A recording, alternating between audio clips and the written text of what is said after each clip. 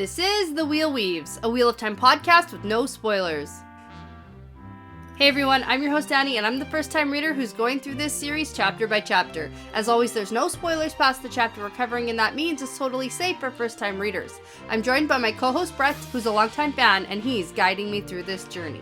We'd like to acknowledge and thank our executive producers, Brandy and Kirkwood, Chad Welsh, Sean McGuire, Rikky Morrisette, Giannis, Albert Lorenzo, and Eddie Costello. And before we get into things today, we just want to thank and welcome Aaron McGuire to the Wheel Weaves Patreon team. Thank you so much for your generosity and your support. It really means a lot to us. In this episode, we're talking about chapters 23 and 24 of The Lord of Chaos. Yeah, so chapter 23 is To Understand a Message, and chapter 24 is An Embassy. Yeah. And okay. these are the shortest chapters that we have read since so I think far. The Shadow Rising. Yeah, so it's Mm-hmm. like books since we've had this few pages. Yeah. The first chapter's good. Sure, yeah. I like it. I Okay. like forsaken alliances and conversations and speculations and who's lying and what's going on. We got a lot to dig out of that I first like chapter. that stuff. Second chapter, Not as exciting. not as exciting. I mean, something happens. at the very, very end. Yeah. And that's it. It's just kind of like, hey, this is gonna happen real soon. Yeah. So, there's that to talk about. Okay. But also, big news, we are officially halfway done this book. That is big news. Yes. And the other big news is that this episode, I believe, comes out on New Year's Eve. Awesome, and we're recording it on Christmas Day. Here we are. Yeah. Happy New Year. Yeah. We made it, Almost. I hope. Yeah. If you're listening to this not in 2021, Happy New Year. And if you're listening to this not in 2022, oh my goodness, let us know. Amazing. Amazing. Okay. We don't even have any champagne or anything. No, I know. Oh my gosh. Yeah, it was just like lots of food and alcohol all day, so Yes, it's that. Yeah. But now, everything's over, everything's done, kind of calm. Yeah, kids are asleep and we're good. So here we are. Let's talk about some Wheel of Time. Let's do this. So I'm going to start us off with a fun fact, and this one is about something that we get from the first chapter, and we got some maybe real-world inspiration. Okay. Yeah, so Samael has his whole stasis box, and we're Yes, going he to talk does. about that. Time But- capsule. Yeah, time capsule, keep stuff fresh and all that. But one of the things he has in it is called a Zara board. Yeah. Now, I don't know if you a took Ouija board? Yeah, Is so I it a don't... Ouija board? Well, kind of, sort of, not really, no. With, real people? But yeah, so that's the thing. It's kind of weird. It sounds like something bad. It's kind of creepy. Yeah. And it's something that only followers of the Dark One would actually use or play because it's, super evil. Got it. Okay. So I'm going to kind of give you a bit of some real-world inspiration. Not for necessarily the whole, human souls are the pieces or whatever, Okay. whatever Sure. that business is.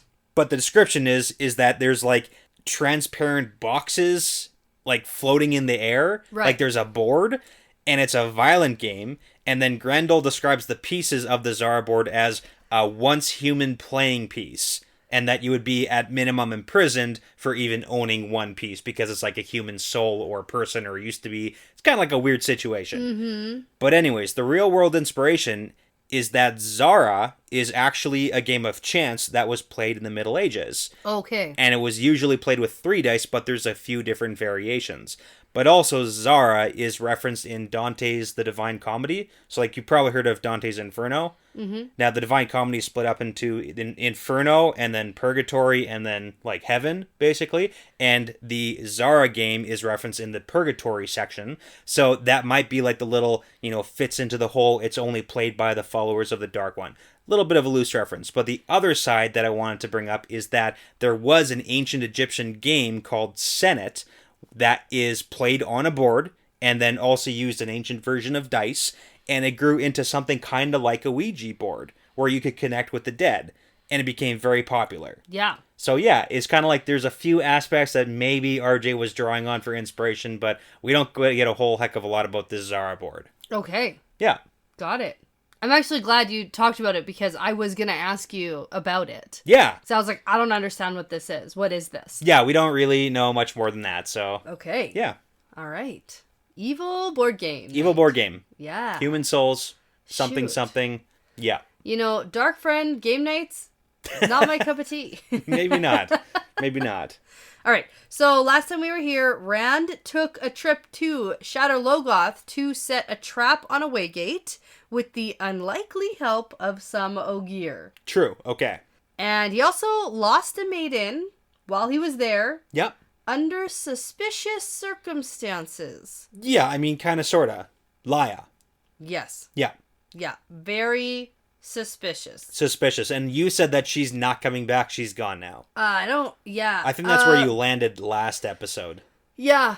Sure. Let's go with that. Okay. Whatever. I don't know. I have to say, if she just, like, pops back up and is, like, a dark friend or whatever somewhere. Yeah. It's like, there she is. Then I'll be like, okay, that makes sense. But also, yeah, I don't know. Okay. Suspicious. Matt was also attacked in his camp on his way to Tyr. He was, okay. By some Aiel who were transported there through a, quote, forsaken gateway. Yes, that is what it seemed like. Because let's be real. The whole forsaken gateway thing is an unreliable narrator stance from Matt. Yeah. I've had some time to think about it. Okay. And it really doesn't make a whole lot of sense. Well, who else could it have been? Like, we already kind of went through the list of people who know it could have how been to a make lot. gateways. Yeah, but it didn't necessarily...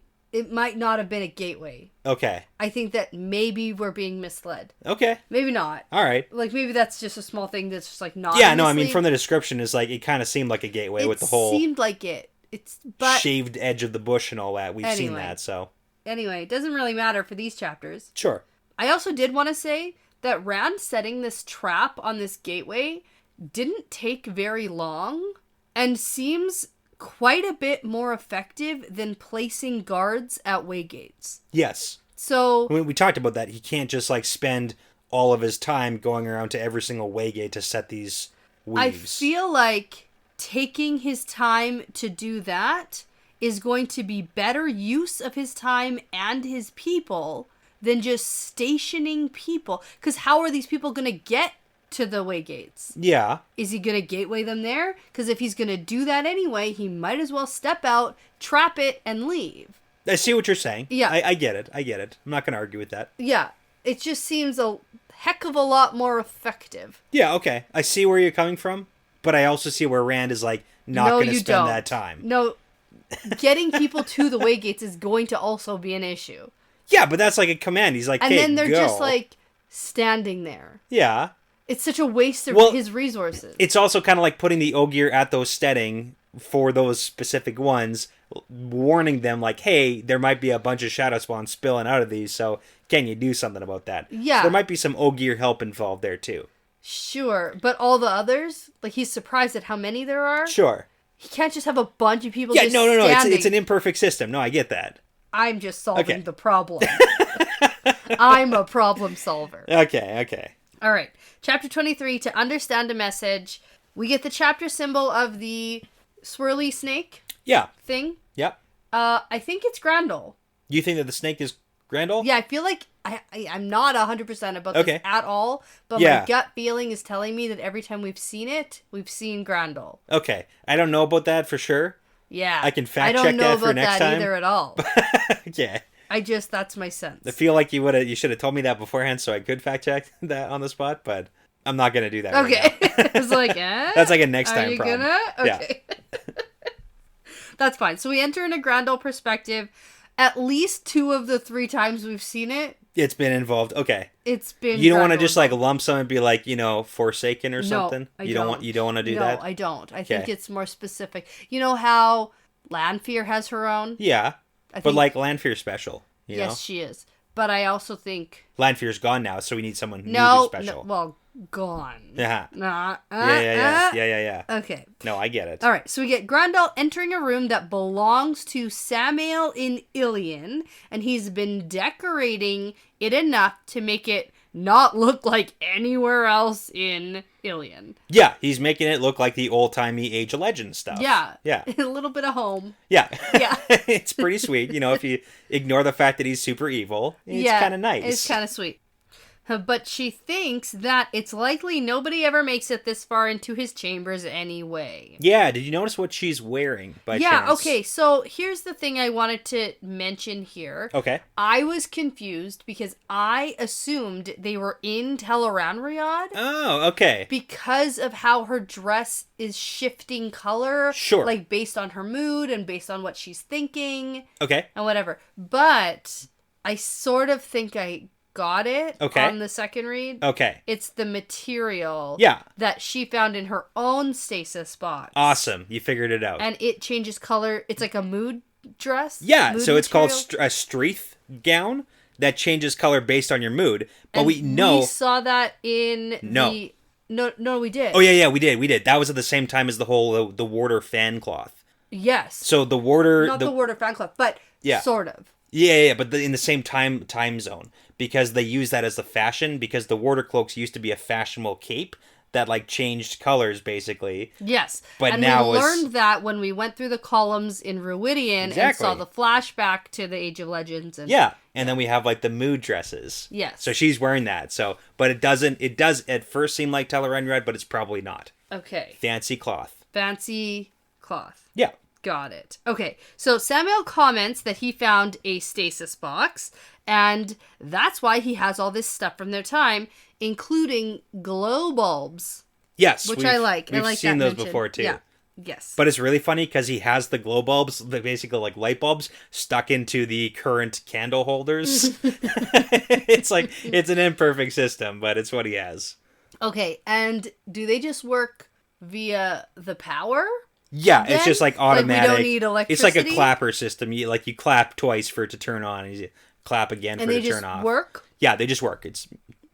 Okay. Age of Legends, light bulbs. It's cool. You don't need electricity. Okay. It's all good. They also have like a music box. Yeah, music box. Playing songs. All right. He's got some old artwork. All right. So Samuel and Grandel have this whole conversation about the stuff from the stasis boxes, and Grandel thinks that he must have found a box that belonged to someone who followed the Dark One because of this Zara board thing. Yeah, and that's like the big indicator. And it really actually doesn't matter that much besides that. Yeah. Like who the stasis box belonged to. No, it doesn't matter. But it is interesting that people at the end of Age of Legends started like stuffing things away to try to save a piece of their time. That's right. Yeah. Now, the most interesting thing to me when they're talking about the stasis boxes that they've both found and all the stuff and whatever, they mention that it's a good thing they didn't find any of Aegonor's creations. Ooh, I'm glad you said that's your favorite. Including the blight worms and the golems. Yeah, okay, so it gets even better than that. Yeah, so here's what I have a new prediction. Okay, you go. I have to shift a prediction that I've made in the past. Interesting. Okay, which one? Oh, you look confused. I thought you would know. I think that I know, but I don't know that I know. Okay. Like, I know what I want to say. I don't know if you made the connecting dots here.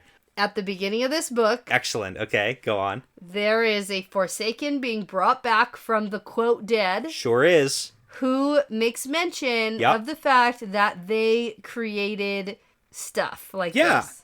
You got and I it. thought it was Asmodean, because Asmodean had made a comment that he helped make, like, the Murdral and stuff, or Trollocs or something, as, like, a throwaway line in the Fires of Heaven. Asmodean had said that. Okay. And so that's why my mind went to Asmodean when predicting who this... What are their names? So, there's Osengar and Erengar. Okay. And the important difference, they're both... So, Osengar is a man, and used to be a man. Yeah. And he's the one who helped make the Shadow Spawn. Right. In the prologue. Yeah. And Erengar is the woman who Osengar thinks it's their funny. body is a great joke. Yes. So yeah, that's the difference there. Okay. Got it. So we also got in the Lord of Chaos prologue where the Dark One was saying Asmodean is not coming back. He's a traitor. I was saying we can't trust everything that they say. Sure. But that's like right from the source. Nah. Nope. Okay. So who's Osengar, who's Erengar? Okay. Probably not Asmodean and Lanfear. Okay. I'm changing that. I think that's wrong. Okay.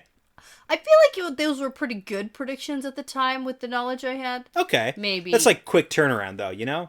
Yeah, that's what I thought, though. I was like, ooh, get him back out. Sure. But probably Aegonor and then his buddy Balthamel that I know nothing about. Okay. They died together at the same time. Okay. Right? So Osengar is Aegonor Sure. because the whole creating the Shadowspawn stuff. Okay, yeah. And then Balthamel would be Arengar, Who's the woman now who used to be a man. it would be the Great Joke. Yes. Okay. Uh-huh. Okay. Yep. There you go. Here we are. That's the new prediction. Good. 'Cause Okay, those so are two people I just knew nothing about. We'll so do it's a- hard to predict anything like that. we're going to do a Forsaken count at the end of this. Okay. So maybe that'll help. No, it won't. So, now... Oh, also, Samael seems to have, like, he's, talking about he's got a whole pile of Angreal and power He's a objects. Oh, you think he's lying about that? I think he's lying about everything. Okay, because he's like, I'm going to take first pick. Everything out of his stupid mouth is a lie. Okay. I think he's a big ol' freaking liar. Okay. Does he have a big mustache? No. I picture him with I don't a believe big so. mustache. I don't know why. Why? I don't know. I don't think I've seen artwork with it. Like, I'm thinking, like, big, giant handlebar mustache. Yeah, now me that too. Okay. And I know he's, like, blonde, right? So I'm picturing this, like, big blonde mustache like a freaking cartoon character. That's how funny. I picture Samuel. I know he... No, I don't think I've seen artwork with a mustache I don't or a care. big one. I like the fact that he's a liar with a mustache. You know what? Maybe we can get that going forward. No, we can. People are just gonna like revolt and stop listening. That to is us. now They'll be canon. like, that's the straw. Does he twirl it when he's thinking evil things? Definitely. Yeah. Definitely. Yeah. Yes. Okay. All right. Whatever. We only have 18 pages to talk about, so it's I like, know. what do we even do? I know. Speculate about facial hair. Yeah, there you go. All right. So now this is where Samuel continues to like lie. Okay. Right. Okay. So This is really interesting. Right now, I think, oh my god, did somehow a wire get crossed? Yeah. Like he plugged the blue wire into the black spot? Sure. You know what I mean? No, I get what you're saying. Like he set his own trap wrong or something? And like, does he legit think that the conversation went differently with Rand? Right. Or like in the way the guy died, did he have some control over that? Like, did the guy, like... Sure, yeah. Like, I don't know, because I was like, ooh, does he actually think that he has a truce with Rand? Or is this like all bold-faced lies? All bullshit. Okay. 100% all of this is horseshit. That makes it pretty funny. Yeah. Because like he's straight up lying then to Grendel. That's what I have to believe, because I don't think that he's that incompetent. Well, when we get the end of the sequence, like the end of this chapter, we get a Samuel perspective, and he's like, ooh, I played her just like she usually plays people. Right. And if you remember their last interaction, she kind of like took him, and manipulated him. Or at least she tried. And that's what she thought. Like, from her perspective, she was like, ooh, I got him. Mm-hmm. So. All right. So anyway, Samuel says that the answer from Rand was favorable, and Grendel is pretty shocked because she's like, I heard Rand killed your messenger. And the fact that Grendel even knows any of this information. Spies everywhere. But Samuel corrects her and is like, Rand didn't kill anyone. I sent the guy, and how he died gave me the answer. Yeah. So like, okay, that's a system, I guess. Because he doesn't want to wait for... And Samuel tells her he has a truce with Rand. Yeah. It's like, They're we're best buddies now. He's not going to kill me. I'm not going to kill him. And that's it. So now, good luck to the rest of you. Yeah, because she's even pointing out, like, hey, that army is still there. And he's like, well, it takes a long time to divert an army, but let me tell you, he's never going to attack me. I'm fine. Yeah. Yeah, and it's also very interesting because they're part of the original 4 that were working together to direct Rand to attack Samuel. Yes. Like, those are the only 2 that are left of that 4-person alliance. Mm-hmm. Because Ravine got balefire. And Lanfear got tackled. A doorway. Exactly. Yeah. Hanging out with the foxes and or snakes, because I'm still not sure which one is which. And that's okay. Yeah. I also really actually appreciate how Grendel is very smart about how much the maiden's dying upsets Rand. Yeah, and that's the other reason why she doesn't necessarily believe him right now. Yeah. Because he's like, what does he care? They're just a bunch of women. They're soldiers. They're soldiers. Soldiers die in battle. It doesn't matter. They're soldiers. Yeah. Right? And she's like, no. they're women and that matters to him. Yeah. Like, he may be the Dragon Reborn, but he's still a shepherd from the Two Rivers who doesn't like to see women die. So it's also concerning. It's like, how does she know that so confidently? Yeah, that's what I think is super interesting. Yeah. I like it. Yeah. No, it's definitely good, but it's yeah. like, ooh, spies. And this kind of leads up into the next chapter where Egwene's like, ooh, spies everywhere. Yeah, she's paranoid. She's she paranoid is. as shit. But also spies everywhere. That's spies everywhere. Yeah. So Grendel thinks more about that Samael must have found something in his stasis box, and he must really have an Angreal, and they go back and forth a whole bunch with veiled threats, and they're both like, don't threaten me, but then they're both threatening each other. Yeah, it's like she's thinking he's too overconfident, so he must have legitimately found something useful. Yes, but that's the trick. So maybe he did, though. Nope. Maybe. He did have a stasis box. Yeah, and It's like possible. he got a bunch of other stuff, so like maybe he legit got something. And it's also possible that he has an Angreal that he can't use. That he can't use. Yeah, like what if he found a female, like a Sidar? Yeah, that's a thing. Angreal. Yeah. And he's like, yeah, I found it. I have Angreal. Yep. And we don't have to talk about Doesn't if I can use it or not. Yeah. And he's not going to share it with her. That Yeah. would be interesting. That would be. All right. All right. At this point, though, Samael just doubles down on his story, tells Grendel, Althor will not attack me, I'll not attack him, and that means that on the day of return, I will very likely be the only one remaining to face Althor, and Grendel pushes back and says, I doubt he'll manage to kill all of us. Except... But then she starts thinking about all of the ones who are already dead. Yeah, so let's do a head count right now real quick here, okay? Sure. Because this is going to be important. Do you want me to test you, or do you want me to just like go through the list?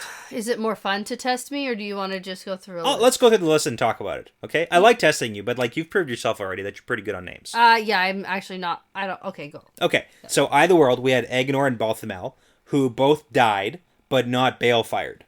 And that's going to be an important distinction. Yes, okay. So Agenor got Eye of the Worlded from Rand during that whole sequence. Right. I don't know how else to say that at this point, but and then Balthamel got Green Manned, right? Hugged to death. Hugged to death by flowers. Yes. Through his face and ultimate Anyways, death. So they died, but not bale-fired. Okay. And that's important because we do know that the whole Dark One can't bring you back if you were bale-fired. Yeah. So, and then we've got Bilal, who was bale-fired by Moraine. Then we've got Ishamael, who was not bale-fired. He was Kalendored by Rand. Right, which probably might be similar to Possibly. a balefire situation. And we don't know, Yeah. but it wasn't technically from what we saw balefire. Kalendored. Kalendored. Got it. Okay. Yeah. Then we got Ravine, who was balefired by Rand. Yes, substantially. Then we've got Asmodean, who's dead. We don't know how he died. And who killed him. Or who killed him, but the Dark One was not happy, per se, from the intro of this book. Yeah, I still don't... Okay. Go back and read it. Like, he's not happy with it. Sure. He calls him a traitor. Like, that's... Yeah, I know that, but he's talking to somebody else. And he can say whatever the fuck he wants. That's true. I mean, I get what you're saying. To manipulate his Forsaken. All right. Then we got Lanfear, not bale-fired. Not she bale-fired. was Doorwayed. Doorwayed, but not dead. Okay. So, yeah, fair enough. And then the remaining ones, we've got Moghedien, who's captive. Yes. We've got Samael. And they think she's dead because she's just nowhere to be found for months. Yeah, it's like, and I don't know. even the spider shows her face more than this. Yes. Yeah, so we got her captive. We got Samael and Grendel here. Yeah. We've got Semirhage. Then we've got Demandred. And then we've got Messana, who's at the White Tower. Right. And the other ones we don't 100% and know. Osingar and Askingar. What are they? And then the ones who were brought back are Erengar and Osingar. Okay. Right? So the ones who could potentially be Erengar and Osingar are Agenor, Balthamel, technically Ishamael, Asmodean, possibly, Lanfear, possibly. Yeah. Okay. And I've already just crossed Lanfear off the list. Yep. And possibly Asmodean. Okay. I'm going back and forth between the Asmodean and the Agenor. Yeah. Because I don't know much about Agenor.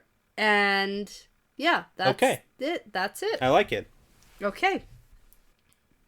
So now Samael speculates about where the remaining Forsaken are hiding because he doesn't know where Demandred, Semirhage, Messana, Asmodean, Lanfear, Moghedien are. Because he doesn't know about Asmodean and Lanfear yet. No. Because Grendel says tells they're him. dead, and Moghedien probably is too, and he's like, no corpse, no dead. Okay. And I think, yeah, same. If I don't see you die, Same, you're not man. dead. Okay. Same, man. Okay. Yeah, except Asmodean. We saw him die. He's dead. Yeah, he's dead. He's dead. We don't know how or what, but Yeah. Okay. Yeah. But now Samuel tells her that when I am nameless, I'll choose who stands just below me. And then she's like, what? You've been to Shale Ghul and have been promised that title? Yeah. And he's like, you'll know when it's time to know, but not before that. Yeah, which is interesting because at the beginning we got D-Man-Dread, who basically got that promise. Sort of. No, he but said, that's what I'm saying. Would you be nameless? But that's what I'm saying. It's kind of like the whole, the Dark One's like throwing the word out there. Yeah. So the question is really now like, hey, did Samuel also go there and also get that like promise in quotations? Probably. And then who else did? Is the Dark One just like offering this to everybody? The last time we saw someone said that they hadn't been. Was that Grundle? I don't even know anymore. Yeah, okay. Yeah, doesn't matter. Okay. What? No, but it's like she kind of believes him though.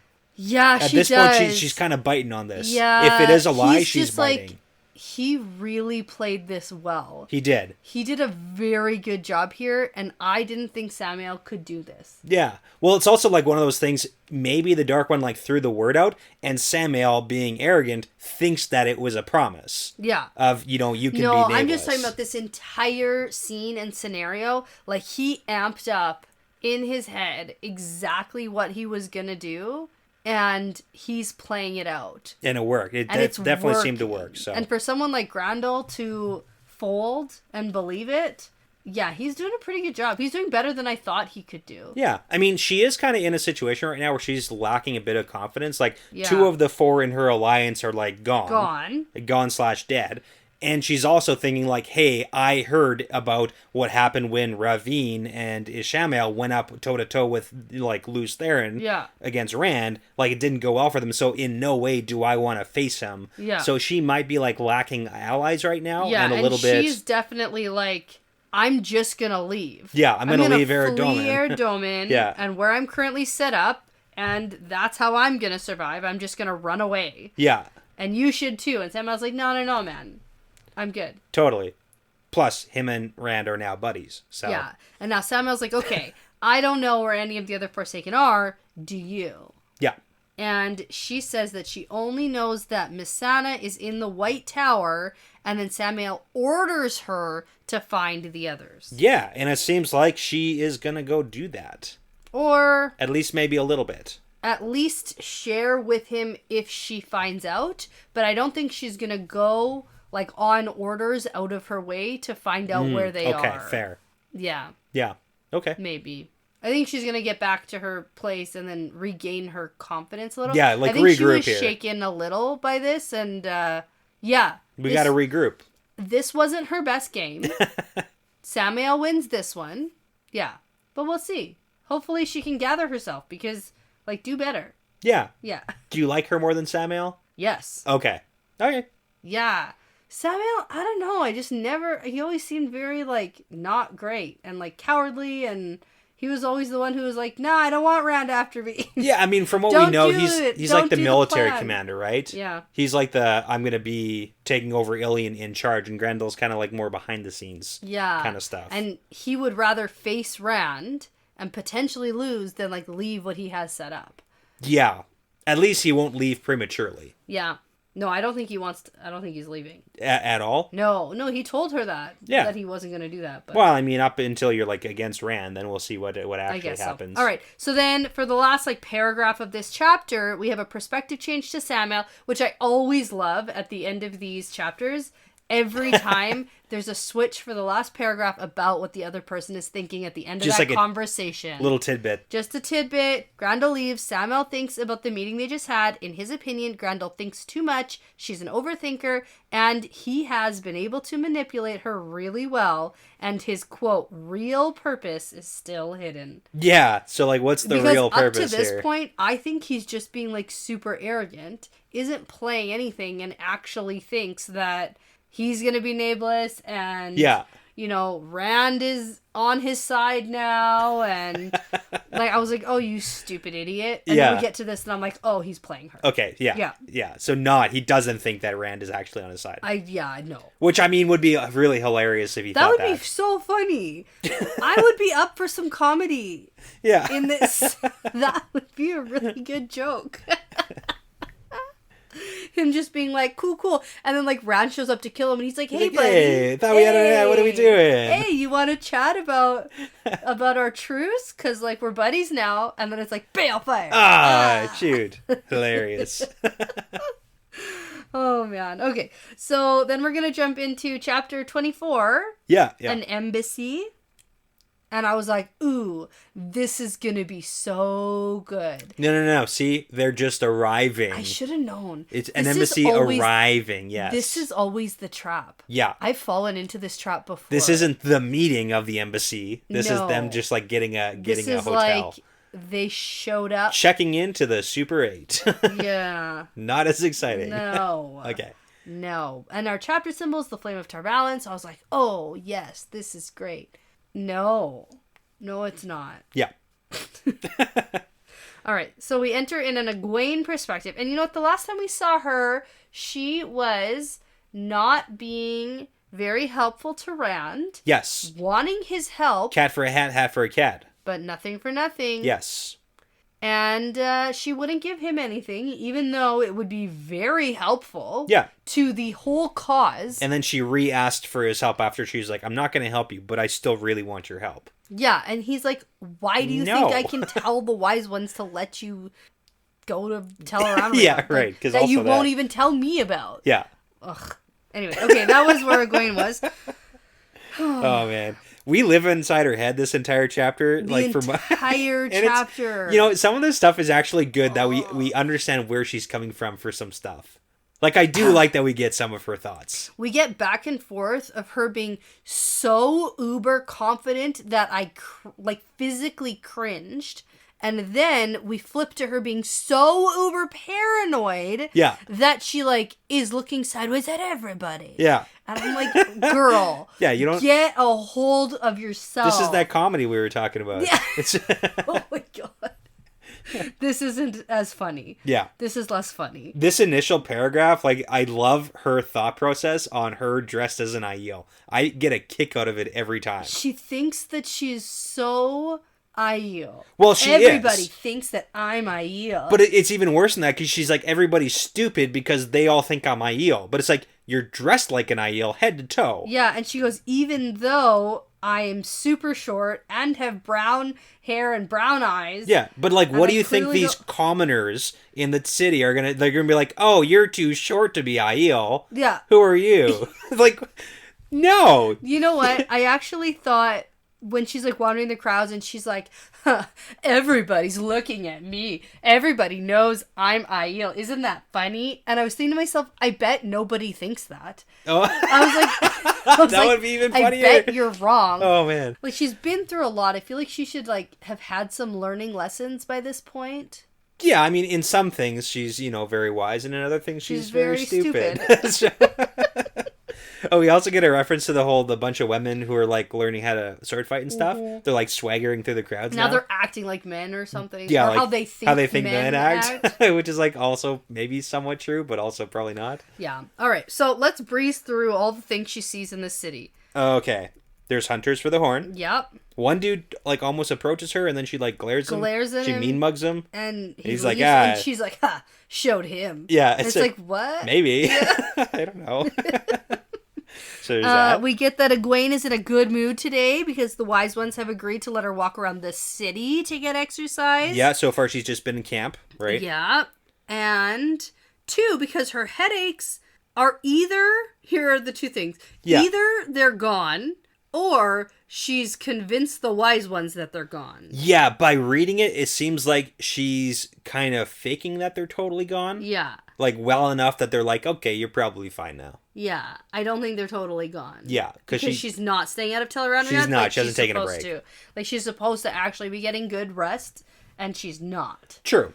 And I mean, they could be diminishing because it's like, it's just taken her a lot longer than it should have. Yeah, okay. So now they think that she's going to be able to resume her Tel'aran'rhiod training, and she thinks, oh, I'm so glad I'm going to be able to start going back to Tel'aran'rhiod with them. Yeah. Because I hate being forced to lie to them all the time. It's basically the Wise One's fault for making her lie. And it's like, you could just not go. She's got a lot of lies going on right now, hey? Yeah. Like the whole Aes Sedai business, especially, that's one of her big paranoid thought processes. Here, yeah. Especially when she's talking to Berelain about it. Later, it's like, wow. I know. Well, the entire paragraph of her being like, oh my god, I just hate lying so much, and it's their fault I have to lie to them, and so now, good thing, I won't have to lie anymore. And it's like, number one, you are still going to go ahead and do things that they're not going to want you to be doing. Yeah. Even when you were allowed to be in training, you still were doing things you weren't allowed to be doing.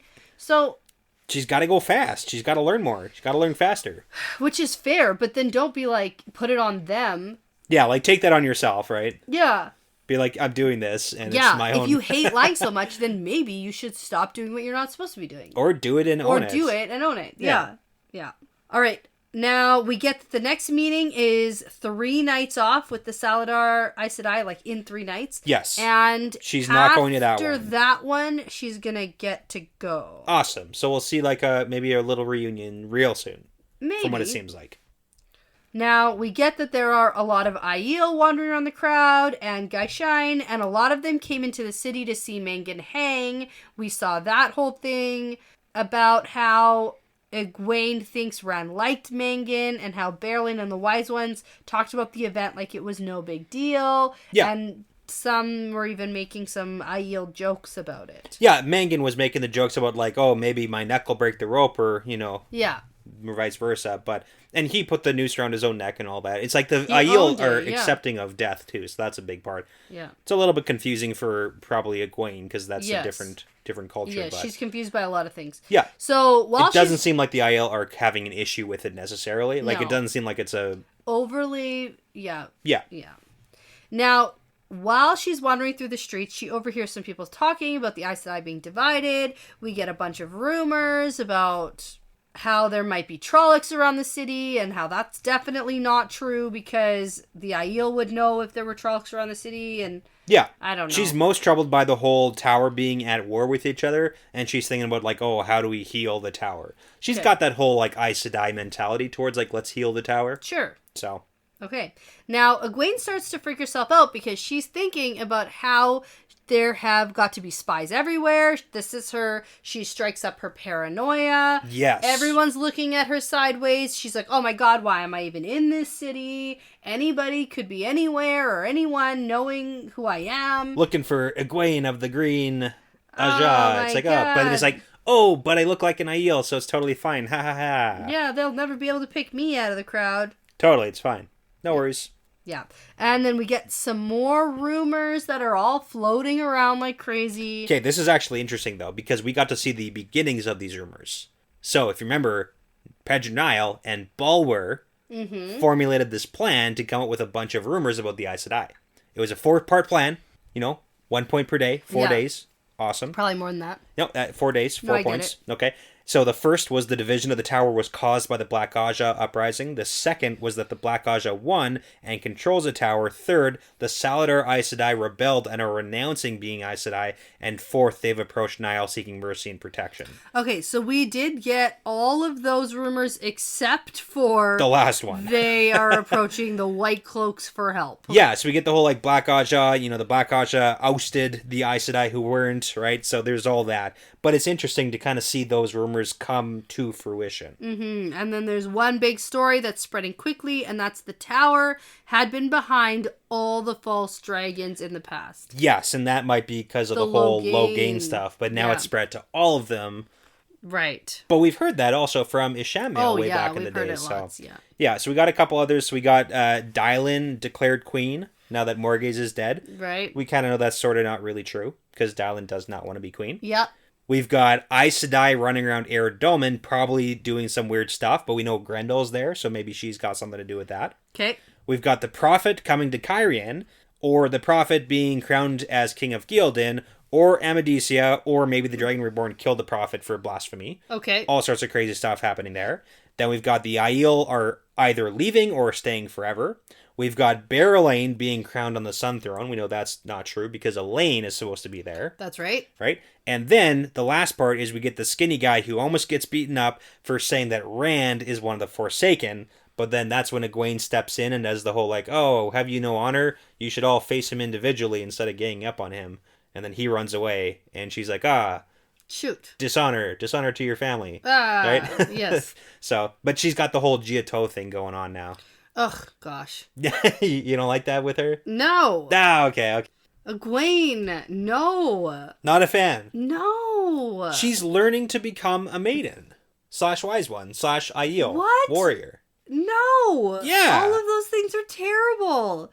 Aiel are awesome. We like No. it. No. The fact that you just said she's learning to become all these things. Yeah.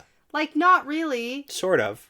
She's trying, sort of. Not to the point where she can step in and tell somebody that they're supposed to be living by Giotto, even though she doesn't live by Giotto. Ooh, and those are fighting words. These people don't live by it, so, like, why would she...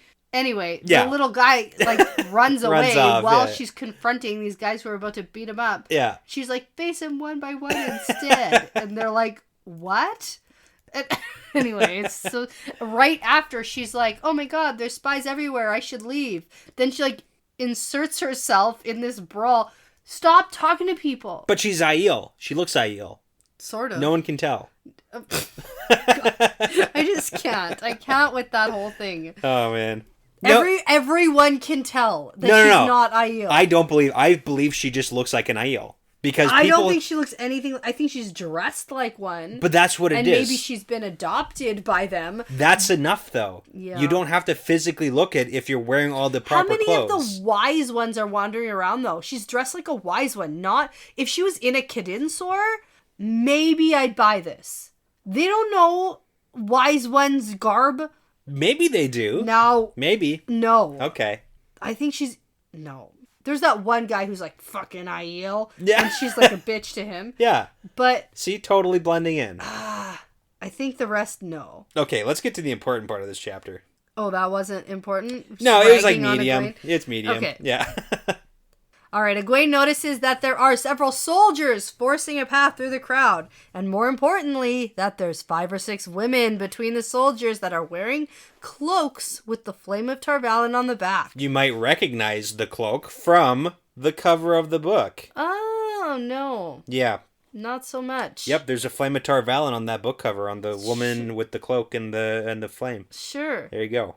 That's terrible. Perfect rendition. No, it's terrible. That's the Daryl K. Sweet cover, if you'd like to look it up. Yeah. It's the worst you've ever seen. And it's the worst of all the covers. I love it. It's my favorite. I like the flowy shirt. Oh, I know, right?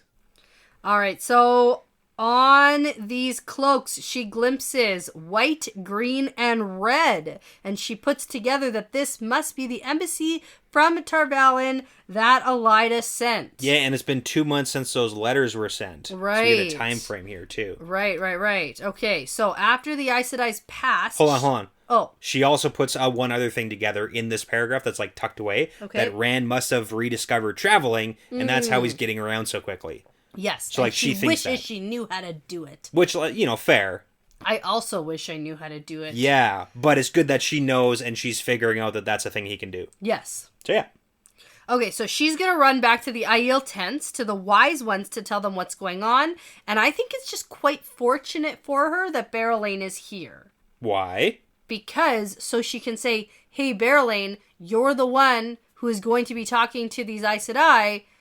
Oh, well, I mean, that's the whole thing. If Berelain wasn't here and she was just, back in the city, she would get word because the Aes Sedai will send word for her. No, I'm saying it's fortunate for Egwene that she has the opportunity to say, hey, don't mention that I'm here. Right. Yeah, definitely very fortunate. Because it would be very obvious for Berelain to be like, we have one of your sisters here. Already covered. Don't worry about it. Yeah. We're good. Which would be... Disastrous. That would be so bad. The Aes Sedai would know. Then Berelain would know. Then the wise ones would know that she's not actually Aes Sedai. Then there's that big lie that hasn't come out. Ugh.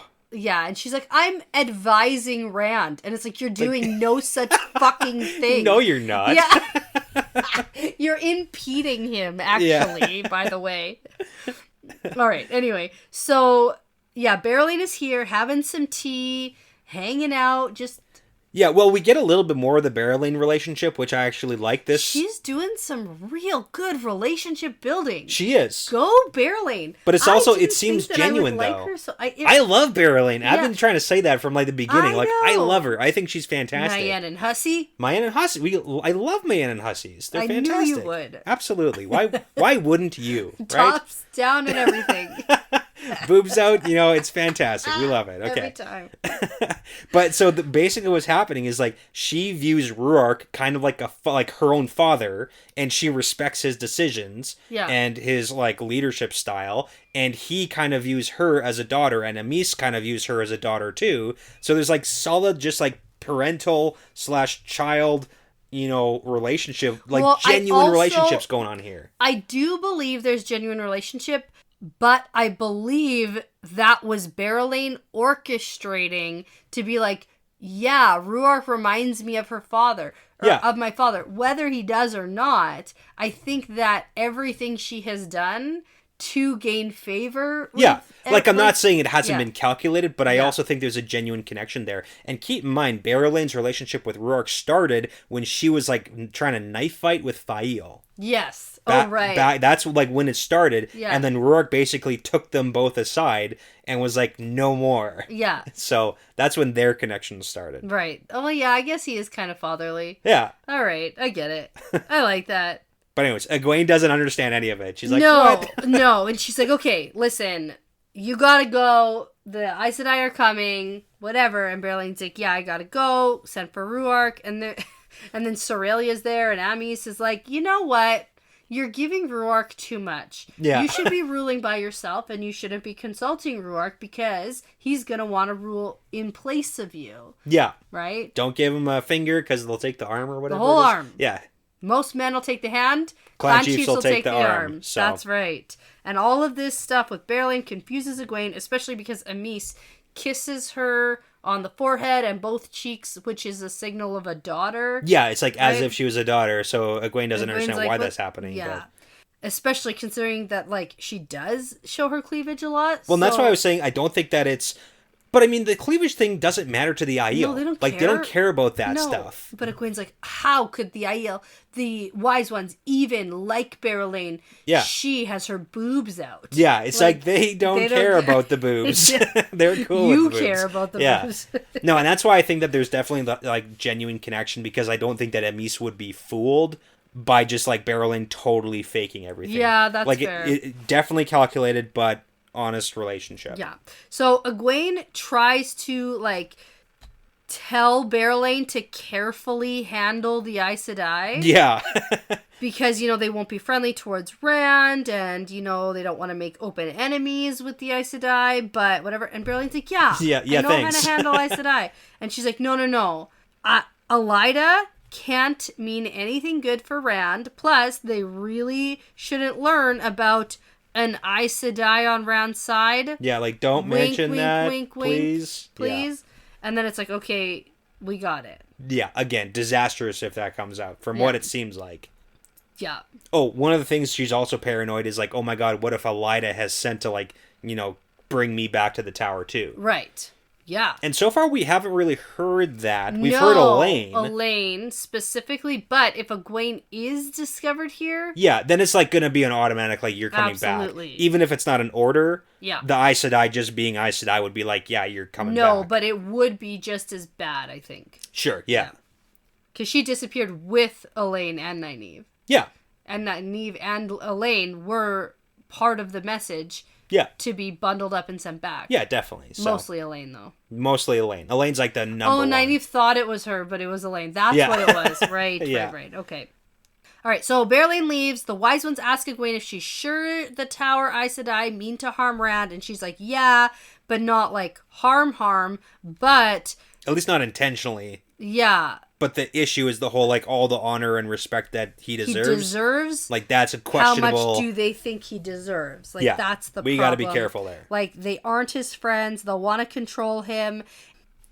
And then they also ask if she thinks the Aes Sedai will harm her, because they picked up on what she was talking about. Yeah. And Egwene's like, if they find me here, they'll never let me stay here free to help Rand. Yeah. Like, period. They're bringing me back so they're not going to hurt Egwene, but they're going to bring her back. No worries, though, because she can just stay in hiding here for years. 10, maybe. There we go. Just easy peasy. Lots of years. Stay here, become a wise one. You don't even need to be nice to that anymore. There you go. Boom, easy. Yeah, and she's like, you flatter me, but no, fuck. Yeah. No. No, thank you. Never. No, thank oh my you. God. Are you serious? Are you going to actually enforce this? Because fuck. Yeah. But yeah, then the wise ones send for some food for Egwene, and we get some more thoughts from Egwene on the intentions of the Aes Sedai. Yeah, we're just like living inside her head basically for a while. Yeah, and how Rand's figured out how to travel and more Giotto stuff. And then they test her health by making her jump up and down and run around a bunch. It is interesting. They don't know how to heal. Like, we know that there's like some wise ones who can heal, but it's really not a thing that they do. Mm-hmm. And they also don't know how to do the delving to like do the health check. Right. So that's a really important thing. So they peer into her eyes. They do like wisdom. Yeah, they do like traditional medicine style, like we're going to make sure that you're healthy. So, the looking in the eyes thing is good. Drink a bunch of water. Listen to the heart through the hollow tube. Like, I like that. That's a thing. Sure. Right? And turns out she seems as healthy as a maiden. Awesome. Cool. So they go and sweat in the sweat tent for a while, and Egwene ends up leaving when some clan chiefs come in because they're men and she's naked. Yep. And then she heads back to her own tent, she goes to sleep, and has some regular dreams about Gawain. Yeah. And that's regular the end dreams of this as chapter. in, like, not Teleranria dreams. Yeah, and not, like, foreshadowy. Yeah, not foreshadowy, just, like, regular thinking about the boy you like style dreams. Yeah. So there you go. Okay. Okay. That's it. It's set up because the embassy is now here. It's here. It's here. Which is interesting because I was like, ooh, when they learned that Rand might be in Caemlyn, were they going to divert? Were they going to go to Caemlyn? No, they continued to Cairhien. Yeah. And maybe sent one to Caemlyn too? Like, I don't know. We don't know. Doubt it. But we know that the Saladar Aes Sedai are on their way with their embassy to Caemlyn. Yeah, and I'm like, okay, Rand, stay the F put. Stay in Caemlyn. I think he should meet with both of them and see who has a better deal for him. Ooh. Right? Both of them have terrible deals. Dragon's Den style. Yeah. Nice. Yeah, right? More Dragon's Den. More Dragon's Den. That's what it is. Yeah. Well, the other embassy is offering me 5% plus. Yeah, plus royalties. Plus royalties for the next 2 years. In perpetuity. See, I watch Dragon's Den. Yeah. I don't even know what those words mean. Yeah, forever and ever. It was better when it was the actual inventions, though. Yeah, I know. That was perfect. That was perfect. Yeah. But yeah. Okay. This was fun. So I have a question for you. Is he going to meet with both like, is there going to be like a Rand versus each individual embassy at some point? Or is one of them going to get like told to F off after he meets with one of them? Is he going to meet with any of them? Okay, do you want what I think is going to happen or what I want to happen? Both. Okay, I want Rand to meet with the Caemlyn, or the Saladar embassy. Yeah. Because Min's with them. Awesome, okay. And I want a Min-Rand reunion. Oh, that would be so sweet. Okay. With Evienda there. Oh, so sweet, sure. I don't think sweet's the word I'm thinking of. I think it's sweet. I think fiery. I think it'll be very fiery, and I will love it. Yeah. I think he needs to learn where Saladar is, because then he'll learn where Elaine is. Okay. Potentially. Potentially. That's what I want. I want all that to happen, and I want Rand to not zip off to Cairhien. Sure. And I want that embassy to think that Rand is just like not here, or like and they just sit here for. They just sit there, and he just like doesn't show up. It'd be an Ogier situation, and they're like, I guess we need to walk to Caemlyn now, and then he'll zip over there. That's what I want. Okay, and what do you think is gonna happen? See, probably like nothing exciting. He's gonna meet with none of them. Oh, okay. No, that's not it. Okay.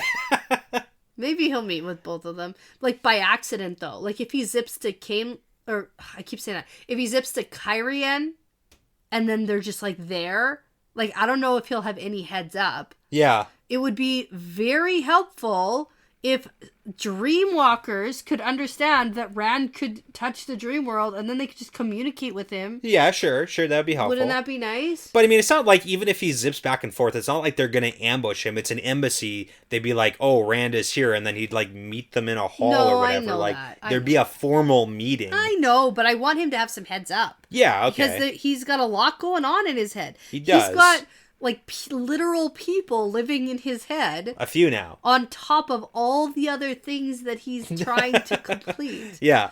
Seems like he's got it all together. He knows what's... He's doing a super job. He's doing okay. Yeah. So yeah, what's actually going to happen? I'm going to say that everything I want to happen will happen. Awesome. I like that. He's going to meet with the Saladar. I hope they show up soon. Nice reunion with Min. And then he just like never meets with just stand him up. Yeah. Okay, I like it. Because it's not actually a Lida, right? It's an embassy. It's an embassy, yeah. Yeah, because he's definitely not going with them. Yeah. Like, that's off of the table. Oh, yeah, with all the on... Yeah, of course not. Yeah. So... But it's like, how does he tell him to, like, screw off, basically? I think just like that. Yeah. I think that's just about how that'll work, and then he'll gateway out of there. Be like, peace. Flip him off as he's leaving. Flip him the bird as he's leaving. Shove it up your butts. I said I. Goodbye. I think that he takes it too seriously how much he needs their support. Sure. He's got Bashir in his ear saying, you need Aes Sedai support. And he knows that, but I think he needs to meet with the other ones He also kind of already thinks, like, maybe the Saladar Aes Sedai will support me. So, like, he already has that going and he for him. already knows Elida doesn't feel favorable towards him. Fair. He's already had a terrible encounter with her. Yeah, plus, like, she's red and all that stuff, too, so... Yeah. Yes. And we had the very different letters from Alviarin and Elida. Right. And he read both of those that Moraine Yeah, that's had, right, so, that's right. Like, there was that. Plus, he has his whole amnesty towards men. Sure, yeah, there's a lot of stuff. Whatever, and... Yeah. There's a lot of reasons why he should go with the Saladar ones, if anybody. If he's going with anyone. Yeah. Yeah. And then what does that partnership agreement look like? Yeah. Who knows? Yeah. I don't know. Will it even follow through after taping, though? Exactly. After the episode airs, are they even going to make their deal? Who knows? Half the time, like, not. Apparently a lot of those deals fall right through. Yeah, it turns out I actually don't want to do business with you. Ah, shoot. Good for TV, not good for real world business. Right. Okay. All right. We should go on Dragon's Den. With what idea? Our podcast. That's not how that works. Okay. Well, you know, we get out. We need to find a way for our podcast to make any money. That's how we get it. Kevin O'Leary needs to just give me a bunch of his money. We need to sell much the Boston Pizza guy. Shot glasses. What's his name? Speaking of, we do have shot glasses now for sale on our Zazzle store. Oh, there we go. Boom. Head to our website, thewheelweavespodcast.com. Click on the merch section, and you can buy some Wheel Weave shot glasses. Awesome. Take shots with us. Yeah. Like that plug? Can someone at Kevin O'Leary and get him to buy a couple? One day, we'll have so many shot glass sales. Tell him I'll give him 5% in perpetuity. He'll be like, tell me what that means and I'll do a deal with you. It means forever, I'm pretty sure. And you'll be like, damn it, I don't know. Oh my gosh. Okay. I'm ready for bed. Okay. Yeah. I think this is good. I'm Merry excited Christmas. to read on. Merry Christmas. I'm hoping that something more exciting happens. Okay. In the next 2 chapters. I can tell you that things will get more exciting at some point. I appreciate that information. Thanks. The next chapter is called Another Embassy. No, I'm joking. No. It's not. Oh, this is a good chapter title. Like Lightning and Rain. Oh. Ooh, Cloud Bowl. Cloud Bowl. Possibly. Ooh. It says like lightning and rain, not lightning and rain. So yeah, it's like that. It's not that. Exactly. I hope Cloud Bowl, though. We'll see. Stupid fucking Cloud Bowl. So before you go have a meeting with your Forsaken Alliance member and completely lose your upper hand, I'm going to say that this is part of the pattern now. Yeah, it's part of the pattern.